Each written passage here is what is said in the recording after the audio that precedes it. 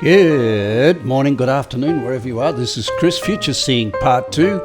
You got a bit of background noise going on today out there because guess what? It's raining and the car tyres are making fabulous noises upon the concrete.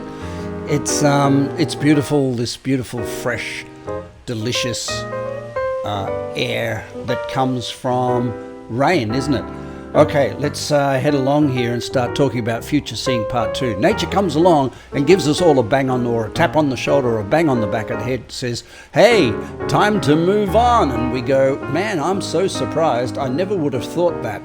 And that's because sometimes we're a little bit blindsided by our own inability to witness or see what's going on around us. So I'm going to talk today about the power of observation, and it's really important, and I hope you enjoy that. So the power of observation is really the valuation of time, and we know from our past slide presentation, number 1 on Future Seeing, that you want to be the cause of life and celebrate the effect, which is celebrate or embrace the day and think, act and behave for tomorrow. Let's look. We remembered going through the 3 places where a person can get stuck. Stuck in the present, feeling. How do I feel? How will it feel? What will I feel? What would I feel? Will it feel good? Will it feel bad? What will I feel? Stuck in the present. The future.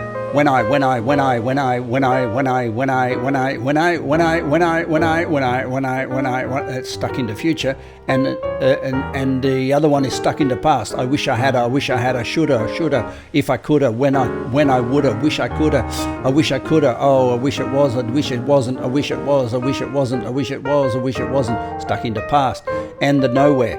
One day I will be enlightened in my Buddhist self, and I will go to nirvana or heaven and dance around and not have any problems like I have here on earth. Rubbish. Okay, nothing impacts the future more than the present. Wow, who said that? Oh, it was me. So, it's one thing to be in the present, it's another to observe it. Now, observation means prediction. And when you want to predict something, you look at it. You look at it really hard. And most people are in such a rush to get to the future, they forget to observe the present.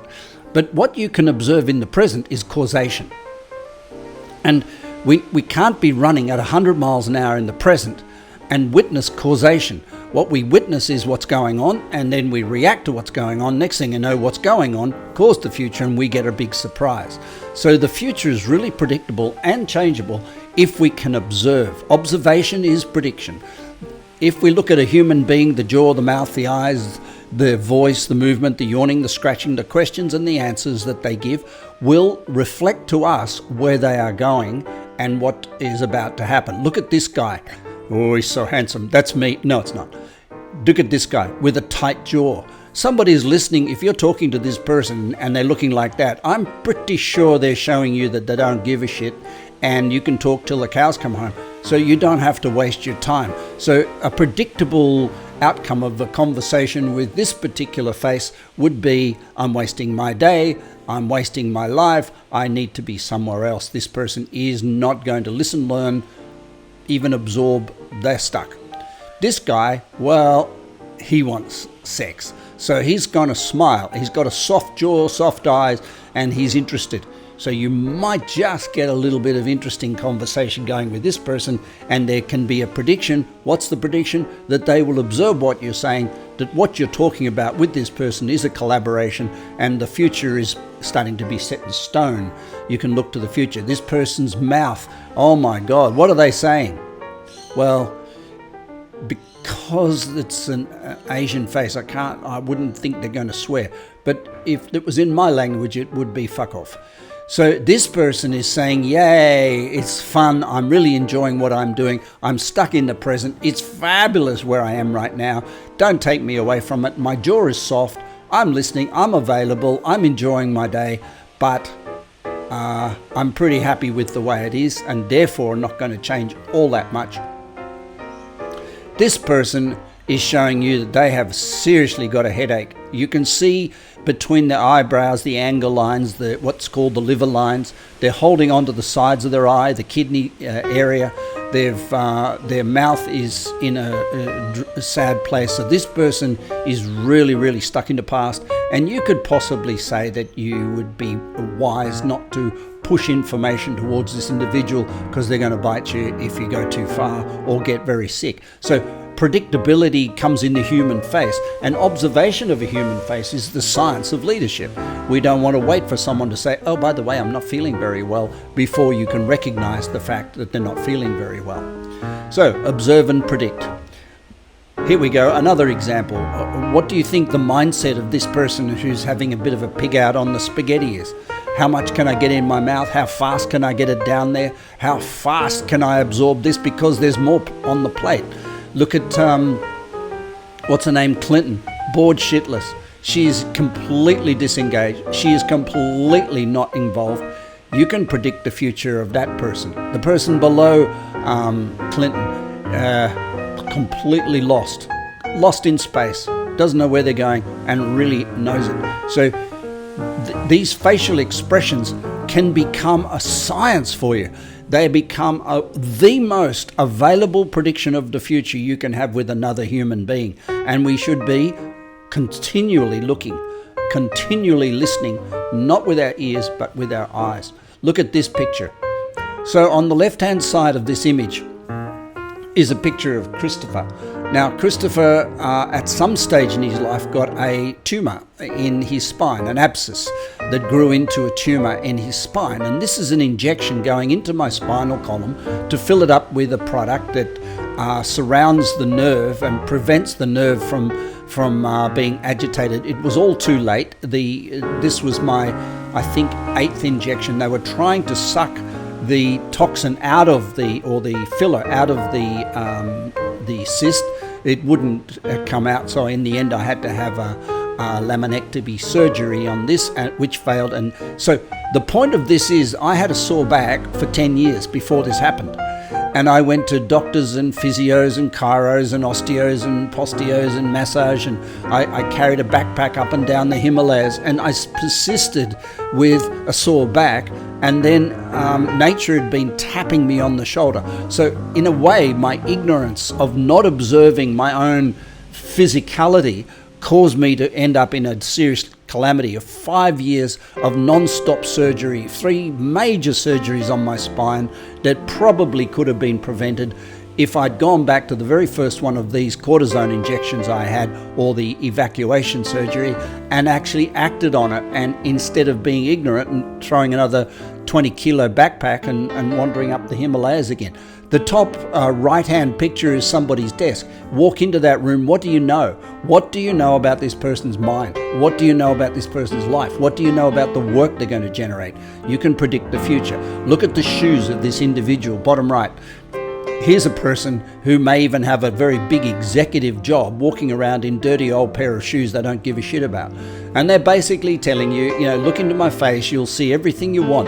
But all you got to do is look down and see what they're doing behind the scenes, whether they're arriving, whether they're organized, whether they're going to give you a disciplined approach to the work. Observation is prediction.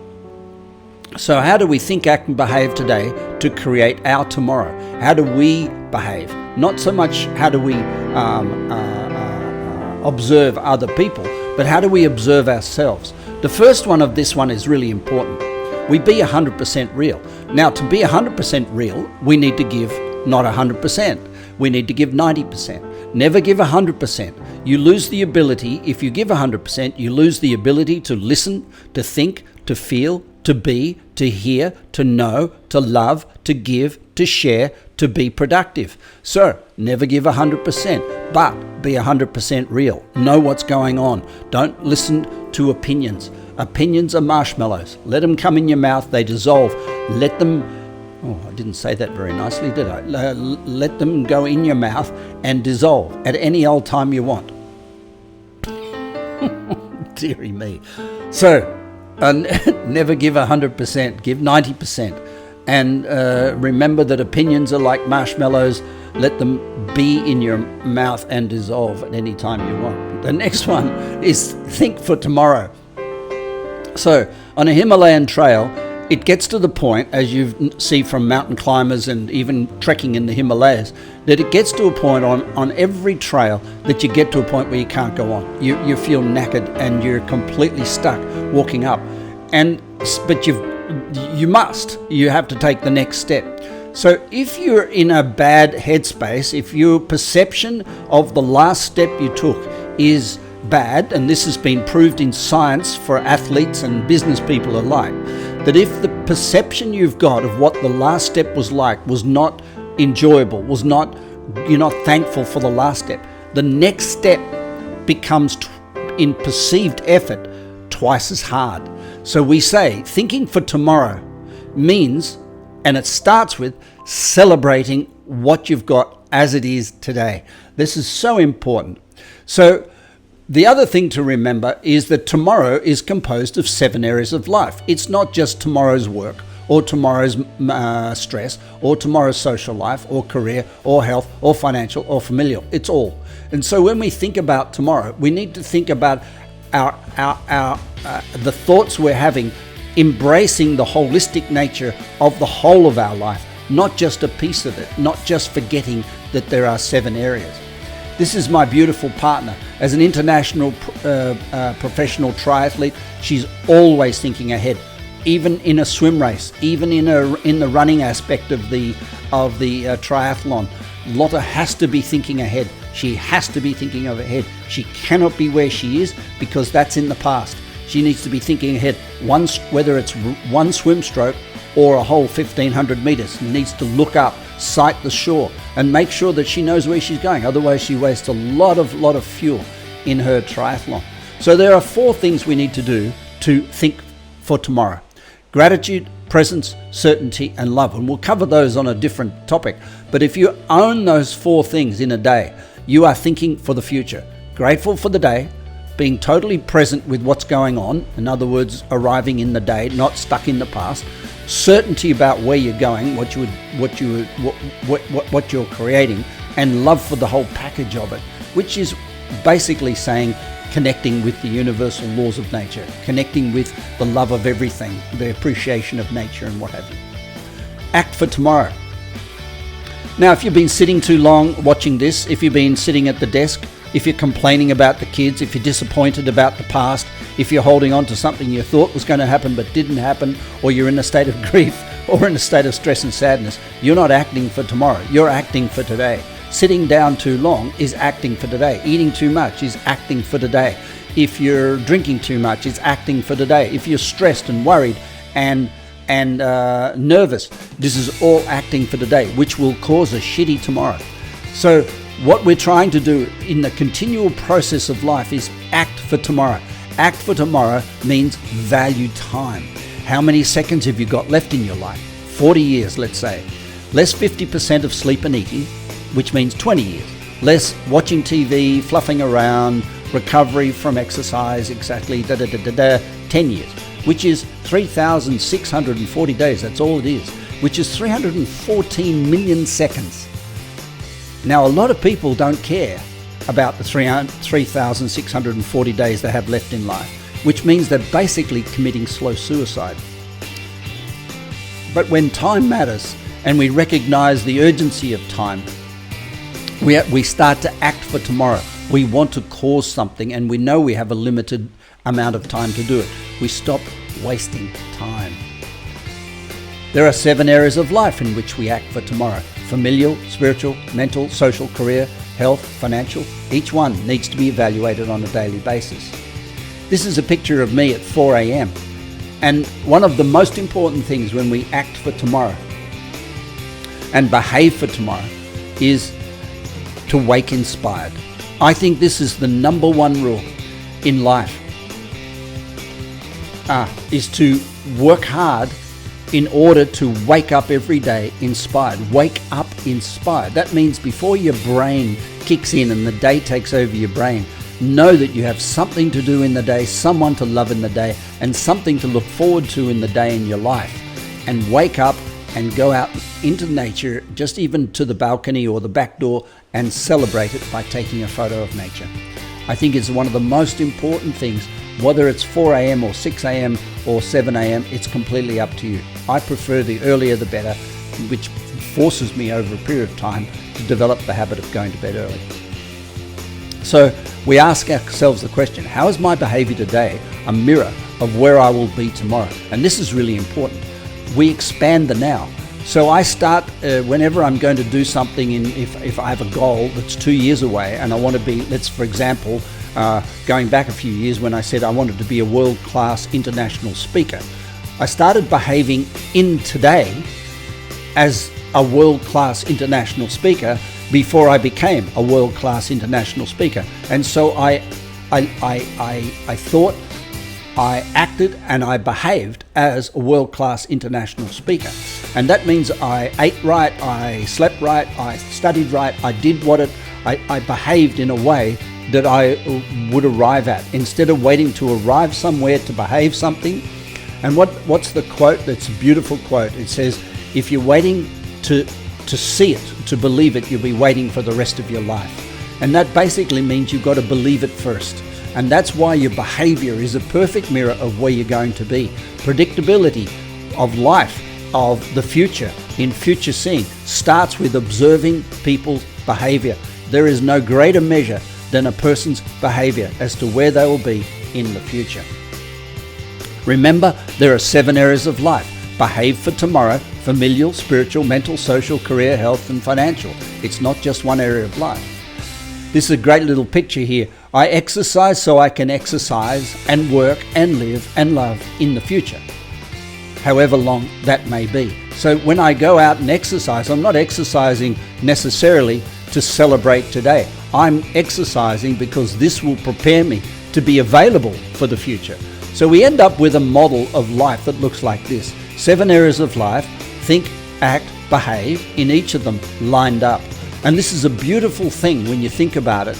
It's organic, it's natural. And if you lived in the forest, if you were lived connected to nature, to the universal laws, this is exactly how you would behave, without any PowerPoint presentation that I've done, without any speaker telling you. You would think, act, and behave in all 7 areas of life to embrace the day, because you would know from living with nature you can't change what just happened.